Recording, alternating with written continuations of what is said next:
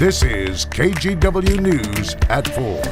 And we begin at 4 on a Wednesday with a view from outside out of the coast. This is a live look from our Newport Skycam. You can see the sun just glistening off the water out there. Just as stunning from our Skycam in the Dalles. You can see Mount Hood there in the distance. Love it. Okay, it's not too bad outside. Look at that. Oh my goodness, clear blue skies. It was beautiful out, a little windy earlier, but stunning. It feels like spring, Matt. You know it's good weather when Morgan says it's not too bad outside. You got me. Yeah, I do. I got you there. It is beautiful, and the good news is it's going to last for at least a couple more days. So we'll take you back out to the coast right now to Astoria and check in on the temperatures. A little bit chilly this morning, and as Morgan mentioned, it's been windy. That hasn't really changed. East winds at Astoria at 14, but look, it's 57 degrees on the coast right now. Just absolutely pleasant for February. East winds at 20 in Troutdale, 21 at Corbett. We've had gusts in the 45 to 55 mile an hour range up at Crown Point, of course, and it's not just a gorge event. The east wind's extending all the way off the Oregon coast, as you can see here, and that's why it's so clear. It is very dry air, and notice we did not have any fog this morning, nor will we tomorrow morning. This is the shot from our Skycam out of the Reserve Golf Course. It is 54 degrees in the valley. Numbers like this, pretty common. Dry air, east winds, and again, it keeps up. It doesn't last forever, though. It will change over the weekend. We'll dig into that later, ladies. Matt, thank you. We go now to an update on the coronavirus. Passengers are finally back on land after spending 2 weeks on a quarantine cruise ship in Japan. Officials said anyone who tested negative for the virus could leave. However, a Forest Grove couple is still stuck in Japan. Rebecca Frazier, who tested positive for the virus, is in a Tokyo hospital. Her husband is still on board the ship. The last time we talked with Rebecca, she told us they will have to stay in Japan for at least 2 more weeks. Well, another Oregon couple is also coming home after weeks in quarantine. Frank and Hope Hannum are from the Salem area. They've been at Travis Air Force Base in California since evacuating China. The couple was visiting Hope's family for the Lunar New Year. On the 21st, we woke up in the morning and the government had locked down the entire province. The coronavirus started in that province, so no planes or trains were being allowed in or out. Frank and Hope had to stay in a house for 2 weeks with 15 of Hope's relatives. They finally got permission to leave the village and were able to get on a U.S. evacuation flight. Now the Hannums and everyone else on board had to stay at the Air Force Base for about 2 weeks while officials made sure that they were not sick. And when hundreds of Americans were evacuated from China, they were sent to military bases around the United States to be quarantined. A team from Oregon was sent to give medical support, including a Portland airport paramedic. Our Devin Haskins caught up with him today after he spent 2 weeks in Nebraska. The team was full of doctors, logistics specialists, pharmacists, and paramedics like Mike Spina. So these are all people with a ton of experiences. So I even felt that what I had prepared for up until this point kind of went to the next level, in working with the CDC and how they worked through like the personal protective gear, how they decon, and all that type of stuff. He was deployed for 14 days to Camp Ashland outside Omaha, Nebraska. First, he was helping set up the quarantine areas, and then with the Americans evacuated from China. No one at Camp Ashland was infected. We were basically providing medical support to people that weren't allowed to leave. We managed a few patients that were there, and things that were, things that somebody could normally go down to Walgreens and pick up a prescription for. They're not able to do that. Spina joined the Disaster Medical Assistance Team 10 years ago. The team deploys to natural disasters or to provide medical aid at big events like President Trump's inauguration. This is his 3rd time being deployed, but a first for dealing with a virus epidemic. I would say most of those days were pretty much the same. We'd have 1 or 2, sometimes 3 calls to the clinic and then just triage those and see if they were, something simple. You could say those Americans that were quarantined were in good hands because with 23 years of training as a firefighter and paramedic, Spina says he was the least experienced on the team. With 12-hour days, Spina says he doesn't do it for the overtime, but to help others. Says the hardest part was being away from his wife and kids. All right, thanks, Devin. We're learning about a high school student in Coos Bay who died from the flu earlier this week. Coos Bay Public Schools says he was a junior at Marshfield High School. Over the weekend, he started experiencing flu-like symptoms while he was on vacation with his family.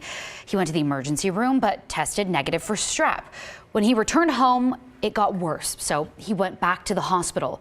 He died on Monday, caused by influenza B complications. School officials say they're not concerned with the flu inside the high school. Closing arguments in the deadly Max attack trial began this morning. Prosecutors opened with what they say were Jeremy Christian's own words the night before the stabbings. I'm about to stab some mother. That's what the defendants said. The prosecutors played several videos of the deadly stabbings and one of Christian after his arrest. It showed him in the back of a squad car yelling about how he had just stabbed 3 men's necks. As that video played, Christian stretched and smiled and turned toward the crowd in the courtroom. You can't tell from this angle, but specifically he's turning toward the families of the victims. Maggie Vespa has been covering this trial from the start, and Maggie, that clip we played is just chilling. Yeah, Ashley, it really is, and it's especially chilling when you hear what Christian was saying on that video that was playing when he turned and stretched and smiled. So we're going to actually play that clip again, and we're going to crank up the audio of Christian's voice on the monitor that was playing for the entire courtroom to see and hear. And again, when you watch it, remember, he's turning toward the family members of the men he admits he stabbed. Here's that clip. Hope they all die. Hope they all die.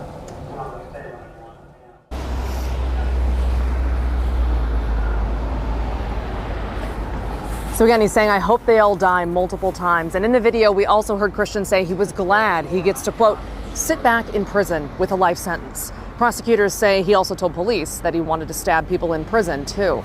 Christian is charged with stabbing 3 men, killing 2 on a busy Max train in May of 2017. Police said 2 of those men intervened after Christian launched an angry, racist rant aimed at 2 black teen girls, one wearing a hijab. Prosecutors today argued Christian is of sound mind and he knew what he was doing, and that according to Oregon law, he was not acting in self-defense because he provoked all of the conflict on that train. They say he did it in part because he was angry that his parents had demanded he move his things, including his large comic book collection, out of their home. When the defense's time came to respond, one of Christian's lawyers, public defenders, drove this point home. We protect speech that we don't like. Also an agreement from our jury selection. A person, if they don't like your speech, can walk away, although it's a little more difficult to do that on a Max car. A person can ignore the speaker. Was he trying to get a rise out of people? Yes, because he thinks he's a provocateur, and that's what he does. All right, so Jeremy Christian has pleaded not guilty by reason of mental disease or defect to 12 charges, including 2 counts of first-degree murder. And if convicted, he could easily spend the rest of his life in prison. Now, a status update that we just got on what's going on inside that courtroom. Again, we had closing arguments today. The prosecution went first, and then the defense, and then the prosecutors got their chance to rebut some claims made by the defense, which they did. They took about 20 minutes. Right now, the judge is giving jurors their instructions on those 12 counts that Jeremy Christian faces, and after that, his fate is in their hands, and we've been told to be on standby for a verdict, which could very well take days.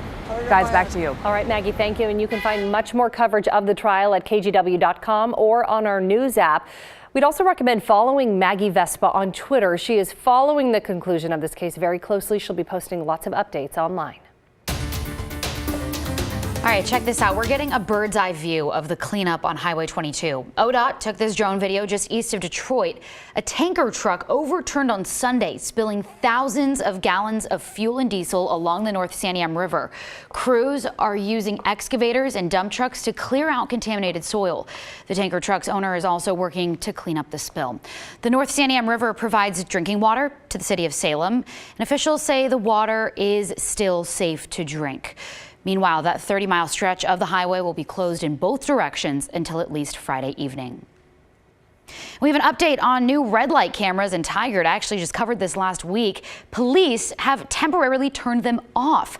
They were recently installed on Highway 99, but crews are now working to get them up to ODOT's construction permit standards. Until that's done, no citations will be issued. When those cameras are turned back on, drivers who run a red light will get a hefty $265 fine.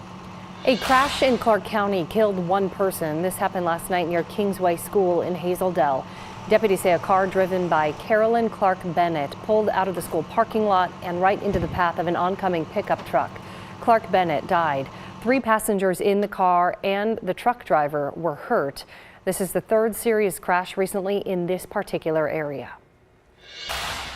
An update now on a story we've been following for a couple of weeks. The Oregonian is reporting that the U.S. Department of Justice is looking into a racially motivated, bogus police investigation in West Linn that just came into the newsroom. Last night, we were in West Linn as people got the chance to address City Council about what happened. You guys should be ashamed of yourself. And if you had any integrity, you would resign your position right now.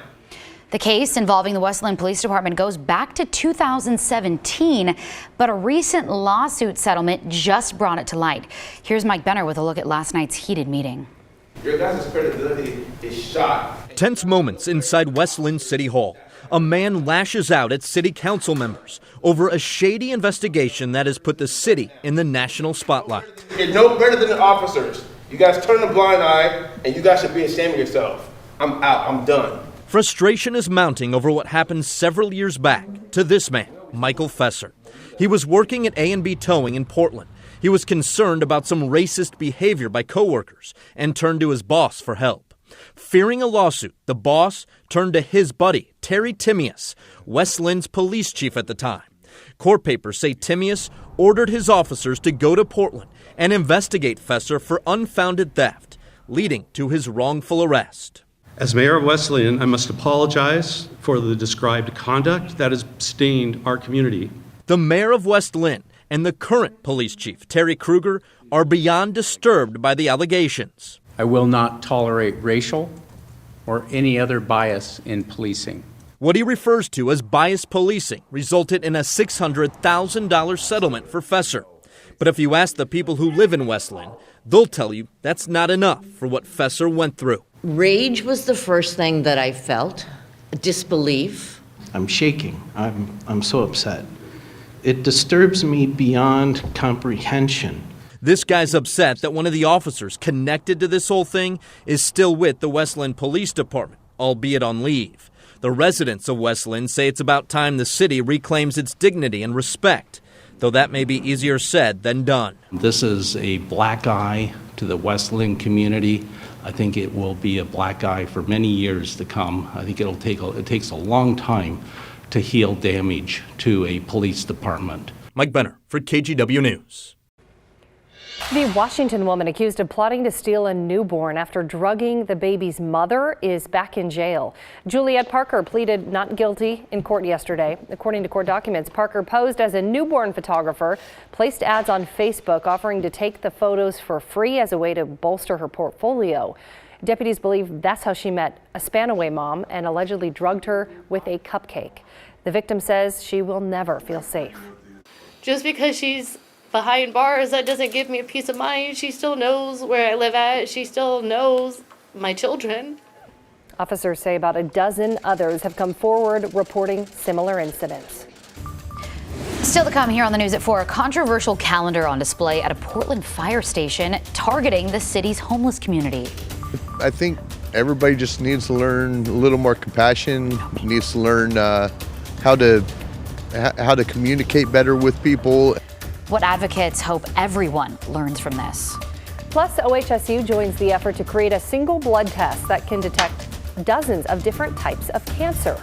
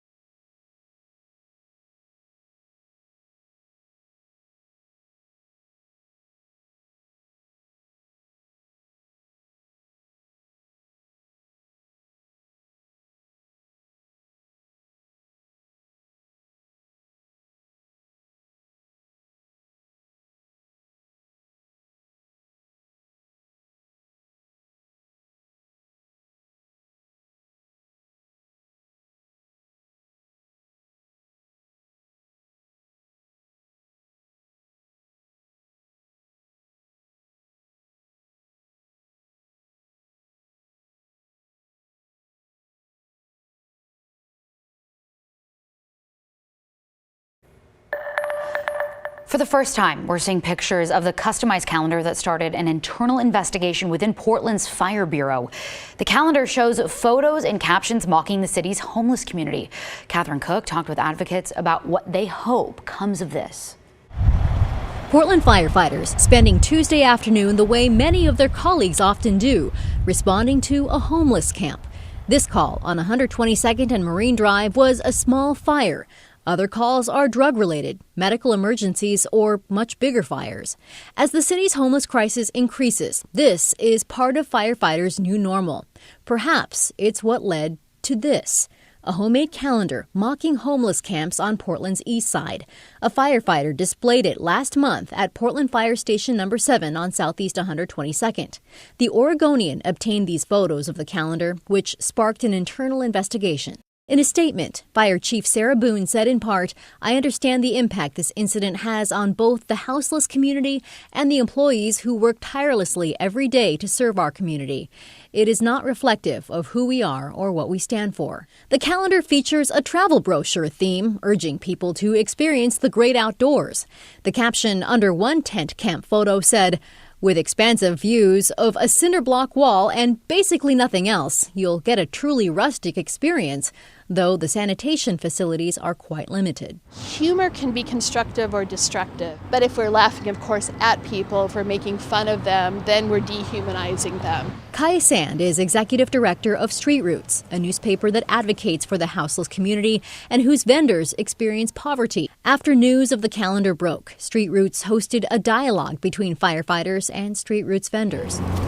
Michael Dusick was among them. It's rough enough out here. He's been living on the street since December. I could see the laughter and the humor behind it, but at the same time, you can't really make humor and laughter out of people's struggle. As for the investigation, Sand hopes for restorative justice, that those responsible for the calendar will get to work directly with those living on the street to talk with them face to face. It does us no good to mock people, but we can find joy together. Catherine Cook, KGW News. The Knight Cancer Institute at OHSU is joining an innovative study that aims to improve early cancer detection. Doctors are testing a single blood test designed to screen for as many as 50 different cancers. If cancer is detected, doctors would then be able to locate where the cancer may be coming from in the body. We talked with Dr. Tom Bayer, and he explained why developing a test like this is so important in early cancer detection. Today we have some early detection tests, but they're one cancer at a time. We have mammography for breast cancer, colonoscopy for colon cancer, PSA test for prostate cancer. But to undergo testing for early detection, one would have to do a different test for each cancer. He also says the majority of cancers do not have any tests that allow doctors to detect them early. The Knight Cancer Institute is one of 5 states around the country involved in this research. They're doing good things there. You bet.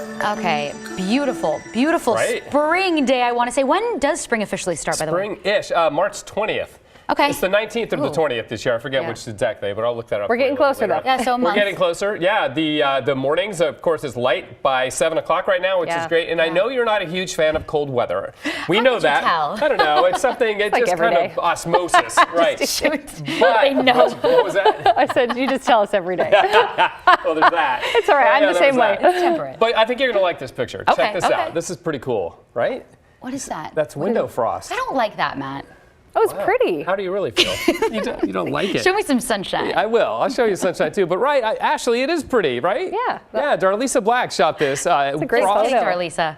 Exactly. Frost on the window out in Trout Lake where it was nice and cold. I've seen this pattern before, and the frost kind of goes in these little snowflake-like patterns here. So really cool shot from Trout Lake, Washington. Great town out there. All right, it was cold this morning and frosty in many places like 28 in Scappoose, 29 in Hillsborough, 34 down in McMinnville, 32 in Aurora. Wait do you see what Aurora did after that 32, though. Salem was 26, Corvallis is 26, and if you really like it cold, it was 8 down in the deserts of Rome, Oregon, 12 in Burns, 12 in Baker City, and Bend was 14. So a very cold start, but what a warm finish we had and are still having right now. This, of course, is Cannon Beach, where it's up to 57. See that? The dew point temperature, when it's down in the 20s like that, that's a measure of how much moisture is in the air. That's really low. You get really humid air in the summertime, let's say, your dew points are going into the 60s, and then down in the deep south, they'll even get into the 70s. So that's kind of the range for this.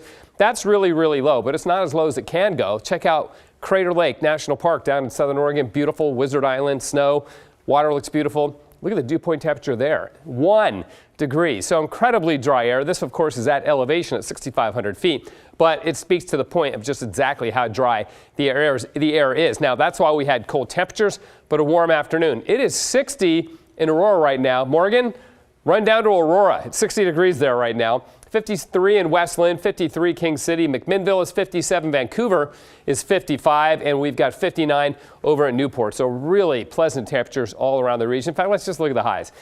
Aurora made 61, but that was not the hot spot in the state. That honor goes to North Bend right now with 64. So we knew we'd get some 60s on the coast, and we certainly did today. A little bit on the cold side in eastern Oregon, but with the sunshine, I'm sure it's quite tolerable. And you can see it is clear from sea to shining Idaho. And you can see the snow-covered peaks here. There's Steens Mountain down there. The Willow is here, and of course the Cascades showing up brightly with their mantle of fresh, bright white snow. Okay, let's move on and check out the bigger picture here. And well, I'm going to move back up here. And what's going to happen this weekend. This is our modeling, and notice we've got clear weather right on through Friday. So going to Saturday, we'll catch a little bit of a weak system, maybe a sprinkle. I think Saturday's dry, but Sunday still looks like we get rain and mountain snow. It doesn't look like quite as strong of a system as it did yesterday. And after that, it looks like once again, we will go back to dry weather after some showers on Monday. So sunny and windy up in the Cascades once again. Lows will be down in the teens. And it's going to be cold up there, but just a beautiful day to be up on the mountain. Clear, windy tonight in Portland, sunny and windy tomorrow. East winds up to about 25, but they will begin to back off late in the day. We'll go 54 tomorrow, 53 on Friday. Saturday, partly sunny and 53, and then Sunday looks rainy. And Monday, we have showers, but it dries out after that. So a couple of cold mornings once again, but the afternoons are totally worth it, wouldn't you say? Yeah, absolutely. Sun's out a little bit longer. You can all enjoy it. Cool. Thanks, Matt. Well, Portland is celebrating the Trailblazers' 50th anniversary. Mayor Ted Wheeler officially made today Rip City Day at a city council meeting. And legendary Blazers announcer Bill Schonely was there, of course, and he coined the phrase Rip City during a game against the Lakers back in the 1970s. I had no idea back in 1970 that Rip City was going to come out of my mouth. It just did. And it took a little while, some baby steps, but look what's happened. Oh, love it. Blazers president and CEO Chris McGowan was also there. Lots of fun.